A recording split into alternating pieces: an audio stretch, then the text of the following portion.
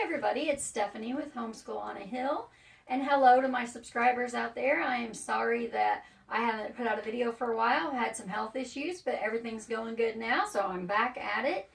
I want to give a shout out. If you've noticed my shirt, Love Multiplies, that is from PhilandAlex. I will link their channel down in the description below. They're not homeschoolers, at least not yet, because they have littles. But I don't know if they're going to homeschool in the future or not, but they're just great, especially if you like topics about adoption and infertility and things like that.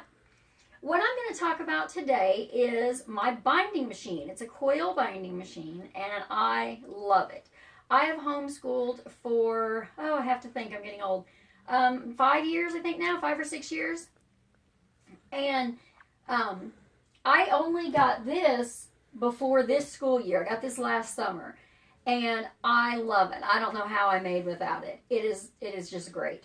I'm going to kind of just tell you the model I've got and a little bit of details and then show you how it works. I actually have a TruBind, that's T-R-U-B-I-N-D, TBS20A. I do have the version that has the electric coil inserter. You can get it a little cheaper, I know, without that. And I'll show you what the basic difference of that is. You can buy coils in all different sizes. And actually, your binding machine has a nice list right here that says the spiral size in millimeters and in inches. And then it also has the max binding of sheets. So it will tell you how many sheets you can do. For example, this one is a 1/4 inch or 6 millimeter, and I'm apologizing for looking down. I want to make sure I give you the right information. So this is a 1/4 inch, 6 millimeter, and it will hold up to 30 sheets on it. And these for a box, you buy these in boxes of 100, and for a box of 100, it's $11 for that size. This size is a 1/2 inch or a 13 millimeter. They also come in boxes of 100. This will hold up to 105 pages. This is the one I use the most because I find it works okay if it's smaller, but it works, it works for my bigger ones. I don't use bigger ones very often. This one is $13 for a box of 100. And the other size that I have is actually a new size for me. It is a 7/8 inch or 22 millimeter coil. It will hold up to 190 pages. I honestly have not done this yet, but I have some new things I'm printing for this fall's curriculum that need this much pages. So that's this size, and it's $14 for its box of 100. Now, if you want to get really fun and spend a little more money, you can get different color coils, but the black are the most inexpensive, and that works for me because I do homeschool on a budget. So, the other thing that you don't have to purchase, but I would highly recommend, are these PVC Clear Covers. I put one on the front and one on the back. This is 8.5 by 11, which is, of course, the size that I use for the most. And these are $18 for 100 of them, so they're not too expensive. And if you really wanted to, you could take them apart and, reuse them. So, anyway, this will just protect whatever you're binding, obviously, give it a nice slick cover and back. You can actually use different weights of paper with this. Like if you wanted to use a cardstock, it's just the quotes on how many pages can go in a coil are for 20-pound normal copy paper. So if you were going to use a cardstock, you wouldn't be able to use as many of those. But it is possible.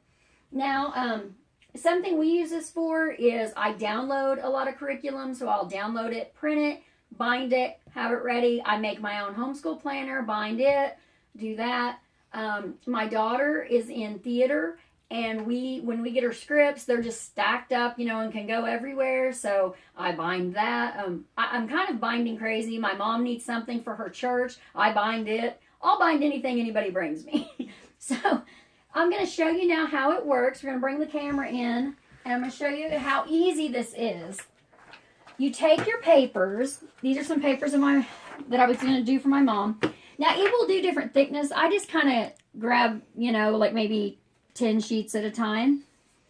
And you slide it in. There's a little guard at the end that gets you level, and you just put it in. These, I have never done this because I've never had a need to, but this is going to punch this many holes. If for some reason you don't want so many holes punched, you can move these and make it not punch. But I've never found that something I needed to do. So then you don't need electricity for this part. You just take this handle, you push it down, raise it back up, and you've got all your little holes. And I'll show you, I will do it to the PVC. You can put both in at the same time. It does it perfectly. Same thing. And there's your holes in that. Now, here's the option, what I was telling you about whether or not you want an electric inserter. I opted for it, but honestly, it's not really necessary, especially if cost is an issue for you. Now, what you do is you, by hand, get these started like this. And I'm using, obviously, one too big for this, but it's easier for you to see. So you get this started. Once you get this started, you can use the electric inserter. Now, obviously, you could just run this all the way through, and you don't need that function if you want to get a cheaper machine. Now hopefully this will work while I'm on camera, because that's when it won't. You turn the electricity on for this. You raise it up and go against this metal ball at the bar at the bottom, and hold it. And it messed up because I'm on camera. We may have to edit that out. Okay, so if that happens, you can back it back up. And I find it's harder on fewer sheets like this. But there you go. See how it's going in? And it goes in, and then I almost got it. Sorry, I thought I had it all the way in. Okay, there you go. You got it in. And then, can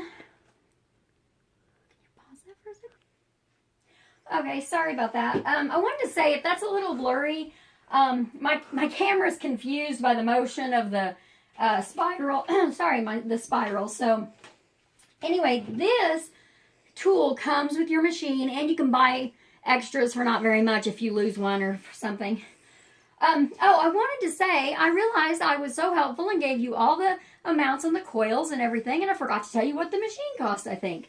This machine was $150. I got it from Amazon with my Prime shipping, was there in 2 days. Like I said, I'm not sure exactly the amount difference, but if you don't want the electric inserter and just do it by hand, you can get a little cheaper. Now with this, it takes a little practice, but you basically just clip it, and it'll clip that off, and then you kind of crimp it, and you just make yourself a little crimp right there, and then you do the same thing to the other end, and then your binding will stay in. So, I hope that was helpful, and like I said, I would highly recommend this. I'm not sponsored or anything. This is just me loving this machine for a year. If you have any questions, comment below, and I'll get back to you. Like and subscribe. Thanks. Bye.